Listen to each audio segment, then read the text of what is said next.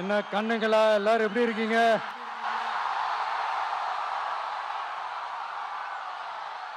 சாப்பிட்டீங்களா எல்லாரும்? சாரி, கொஞ்சம் லேட் ஆயிடுச்சு. என் நெஞ்சில் குடியிருக்கும் உங்கள் அனைவருக்கும்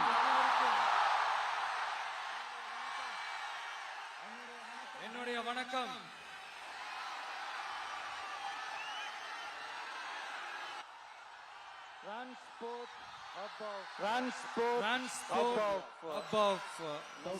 சவுத் இந்தியா, நம்ம நாமக்கல் மாவட்டம். இங்க நீங்க பாத்தீங்கன்னா இந்த லாரி பாடி கட்டுற தொழிலிருந்து இன்னும் நிறைய தொழில்கள் செய்யற ஊரும் நம்ம நாமக்கல் ஊர் தான். அது மட்டும் இல்ல, நாமக்கல் மாவட்டத்தோட இந்த முட்டை உலகமும் கூட ரொம்ப ஃபேமஸ். எக் சிட்டின்னு கூட கூப்பிடுவாங்க. அது மாதிரி தமிழ்நாட்டு மக்களுக்கு இந்த சத்தான உணவு முட்டை கொடுக்கிற ஊர் மட்டும் இல்ல, தமிழ்நாட்டு மக்களுக்கு உணர்ச்சி ஊற்ற மண்ணும் கூட. இதை நான் ஏன் சொல்றேன்னா, ரெண்டு வரிகள் சொன்னா உங்களுக்கு ஈஸியா கனெக்ட் ஆகும். தமிழன் என்று சொல்லடா, தலை நிமிர்ந்து நில்லடா. எப்படி? தமிழன் என்று சொல்லடா, தலை நிமிர்ந்து நில்லடா. இந்த நாடி நரம்பெல்லாம் ரத்தம் பாய்ச்சுற இந்த வரிகளை எழுதினது யார் தெரியும்ல? யார் எழுதுனா? விஜயகாந்த் சார் சொன்னாரு. ஆனா நம்ம அண்ணன் கேப்டன் அவர்களுக்கு மட்டும் இல்ல, நமக்கும் சேர்த்து எழுதின இந்த வரிகளை யார் எழுதினது தெரியும்ல? நாமக்கல் மாவட்டத்தை சேர்ந்த மேகனூர்ல பிறந்த நாமக்கல் கவிஞர் திரு ராமலிங்கம் பிள்ளைதான், அவர்கள்தான். அடுத்து தமிழ்நாட்டு மக்களுக்கு இந்த இடஒதுக்கீடு உரிமையா வழங்கினதும் இதே நாமக்கல் மாவட்டத்தை சேர்ந்த திருச்செங்கோடு பகுதியில் இருக்கிற ஒருத்தர் தான்.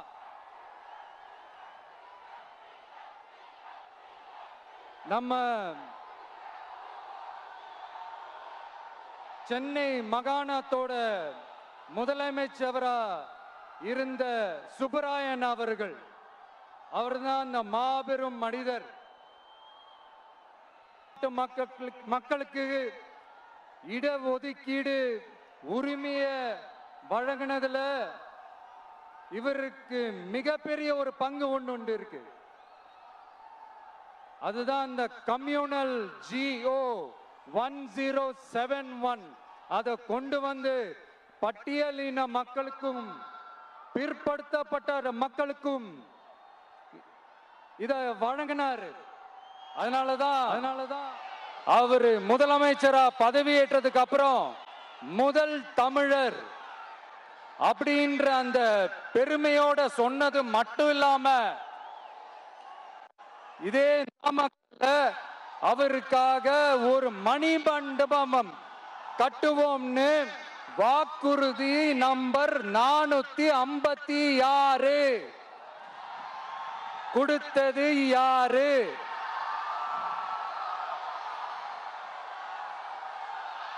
சொன்னாங்களே, செஞ்சாங்களா? அதாவது ஒரு படத்துல நம்ம வடிவேல் சார் இந்த எம்டி பாக்கெட்டை எடுத்து இப்படி காட்டுவார் தெரியுமா?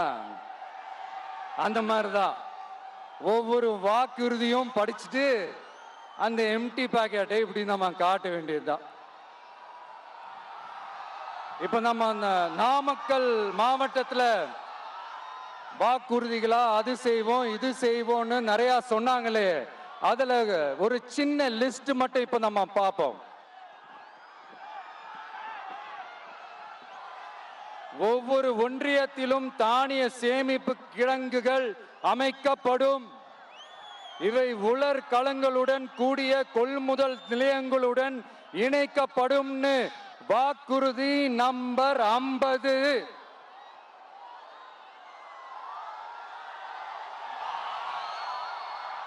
கொப்பரை தேங்காயை தமிழக அரசே கொள்முதல் செய்யும். அதிலிருந்து தேங்காய் எண்ணெயை உற்பத்தி செய்து நியாய விலை கடைகள் மூலம் விற்பனை செய்ய நடவடிக்கை எடுக்கப்படும். வாக்குறுதி நம்பர் 66.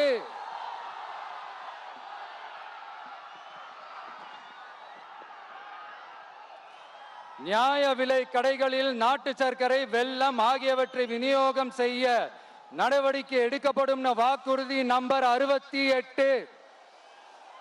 அரசு ஊழியர்கள் மற்றும் ஆசிரியர்களுக்கு மட்டும் இல்ல, போக்குவரத்து ஊழியர்களுக்கும் பழைய ஓய்வூதிய திட்டம் செயல்படுத்தப்படும். வாக்குறுதி நம்பர் 152. இதெல்லாம் சொன்னாங்களே, செஞ்சாங்களா? இப்ப நம்ம நாமக்கல் மாவட்டத்துக்கு வருவோம். ஒரு நாளைக்கு 5 கோடி முட்டைகள் உற்பத்தி செய்யப்பட்டு உலகம் முழுவதும் ஏற்றுமதி ஆகிற இந்த நாமக்கல் மாவட்டத்தில் அந்த முட்டைகள் வீணாகாம பாதுகாப்பா வைக்க முட்டை சேமிப்பு கிடங்குகள் அமைக்கணும். அந்த கோரிக்கையும் பாக்டீரியா மற்றும் வைரலாஜிக்கல் பரிசோதனையை மேற்கொள்ள ஆராய்ச்சி மையம் அமைக்கணும்ன்ற கோரிக்கையும் பல ஆண்டுகளா இருக்கு. ஆனா அதை இதுவரைக்கும் ஆண்ட கட்சிகளும் சரி, இப்ப ஆளும் கட்சிகளும் சரி, அதை பத்தி கொஞ்சம் கூட யோசிக்கவே இல்லை. அப்புறம் திமுக எம்எல்ஏவுக்கு சொந்தமான ஒரு மருத்துவ கல்லூரியில் நடைபெற்ற கிட்னி திருட்டு, அதுதான் நாடறிஞ்ச விஷயமாச்சு. அதை நான் திருச்சியிலே பேசியிருந்தேன். ஆனா அதுல நம்ம நாமக்கலை சேர்ந்தவங்க தான் அதிகமா பாதிக்கப்பட்டிருக்கிறதா சொல்றாங்க. அதிலும் குறிப்பா விசைத்தறியில் பணிபுரியும் ஏழை பெண்களை குறிவைத்து அந்த கிட்னி திருட்டு நடந்திருக்குன்னு சொல்றாங்க.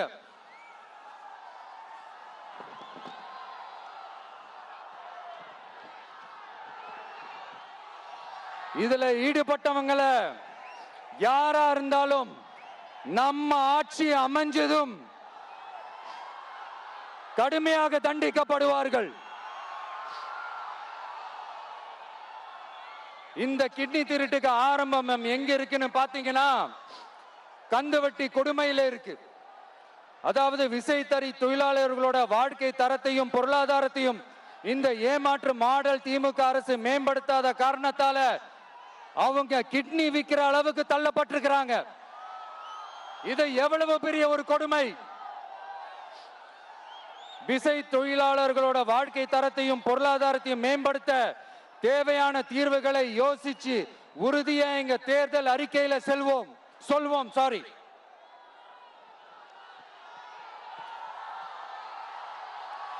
நான் இந்த சுற்றுப்பயணத்துல எல்லா ஊருக்கும் போகும்போது ஒரே விஷயத்தை தான் மக்கள் ரிப்பீட்டடா நம்ம கிட்ட சொல்றாங்க.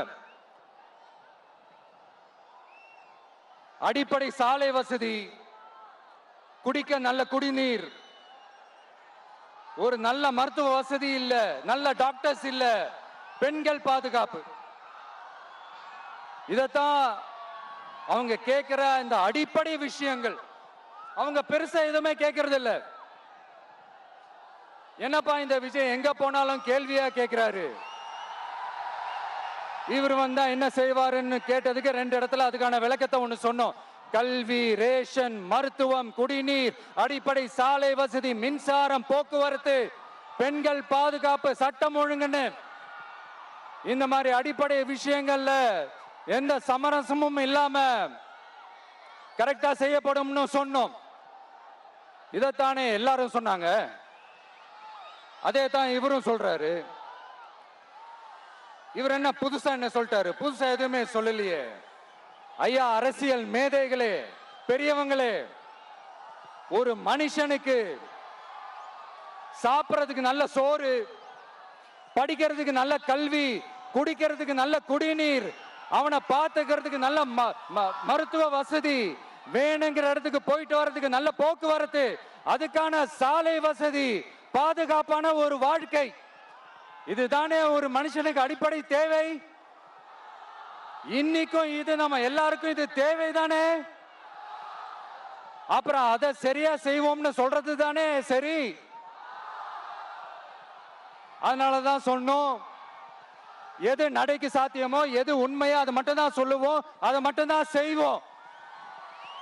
இந்த திமுக மாதிரி பொய்யான வாக்குறுதிகளை எப்பவுமே கொடுக்க மாட்டோம். புதுசா சொல்லுங்க, புதுசா சொல்லுங்கன்னா என்னத்த சொல்றது? எனக்கு புரியலையே, என்னத்த புதுசா சொல்றது?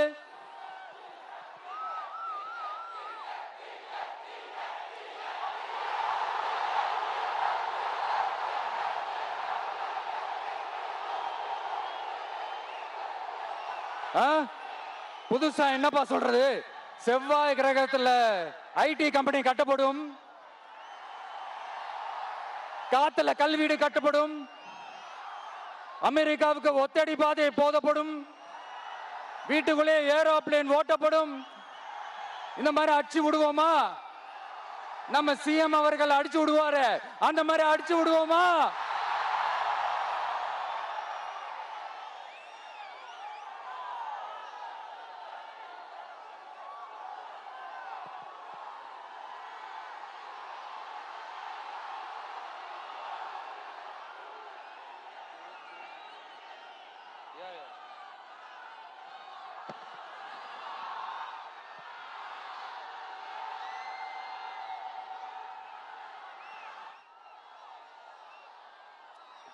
நான் ஏற்கனவே சொன்னதை தான் இங்க நான் திரும்பவும் சொல்றேன்.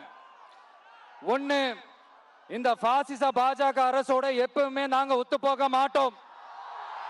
ஒண்ணு.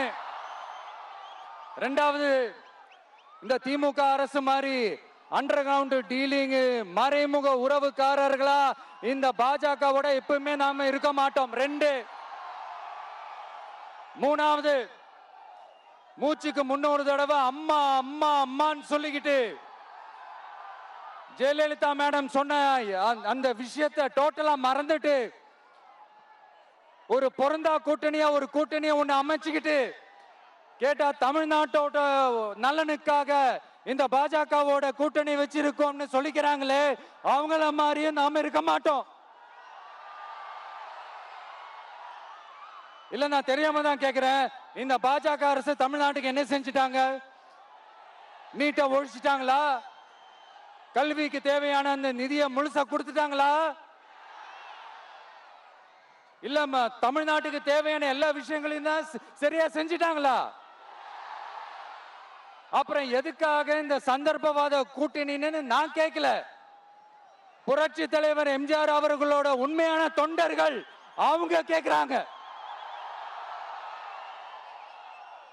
சரிப்பா, அவங்க கூட்டு பொரியல் அப்பளம்னு எதையாவது கிண்டிக்கிட்டோம், நமக்கு எதுக்கு?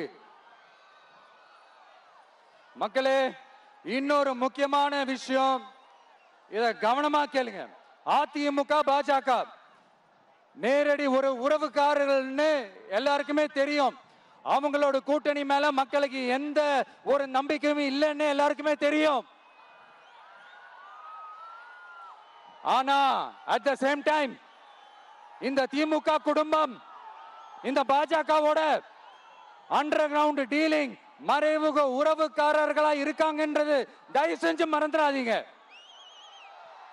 வரப்போற தேர்தல், அடுத்த வருஷம் வரப்போற தேர்தல்ல நீங்க திமுகவுக்கு ஓட்டு போட்டீங்கன்னா அது பாஜகவுக்கு ஓட்டு போட்ட மாதிரி.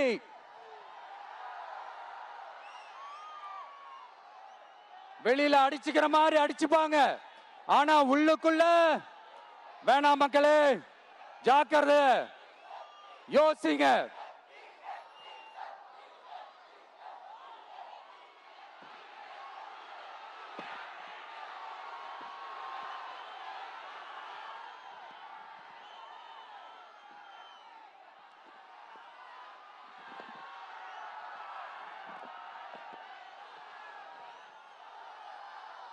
அதனாலதான் மறுபடியும் சொல்றேன், திரும்பவும் சொல்றேன், 2026ல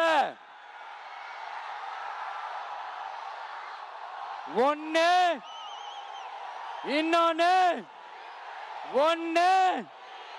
இன்னொன்னு அதாவது ஒண்ணு மாபெரும் மக்கள் சக்தி கொண்ட எளியோரின் குரலா இருக்கிற களத்துல இருக்கிற டிவிக்கு, இன்னொன்னு கொள்கை என்ற பேர்ல மக்களை ஏமாத்திக்கிட்டு கொள்ளையடிச்சுக்கிட்டு தமிழ்நாட்டை ஏமாத்துற இந்த டிஎம்கே, இந்த ரெண்டு பேருக்கு நடுவுல தான்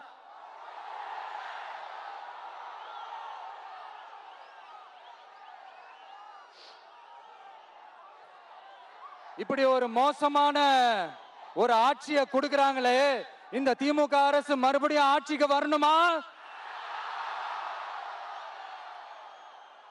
உங்க உண்மையான மக்களாட்சி, மனசாட்சி உள்ள மக்களாட்சி, உங்க நம்ம டிவிக்கு மறுபடியும் ஆட்சி அமைக்கணுமா? சாரி, இப்ப ஆட்சி அமைக்கணுமான்னு கேட்டேன். சாரி.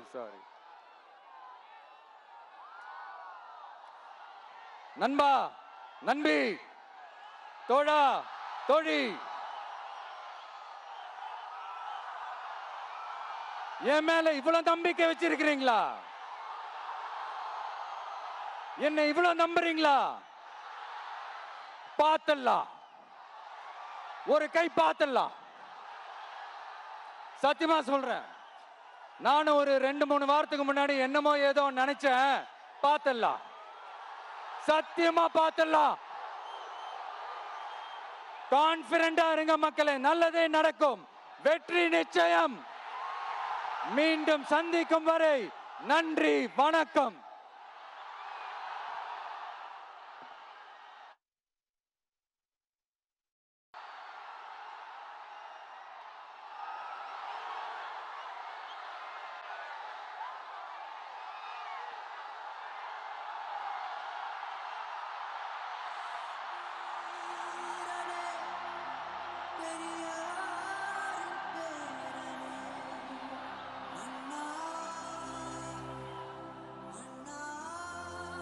ஆரம்பத்துல பேசும்போது மைக்கு, சாரி, எனக்கும் அந்த மைக்குக்கும் ஒரு மாதிரி ரொம்ப டிஃபரன்ஸா கேட்டுட்டு இருந்தது.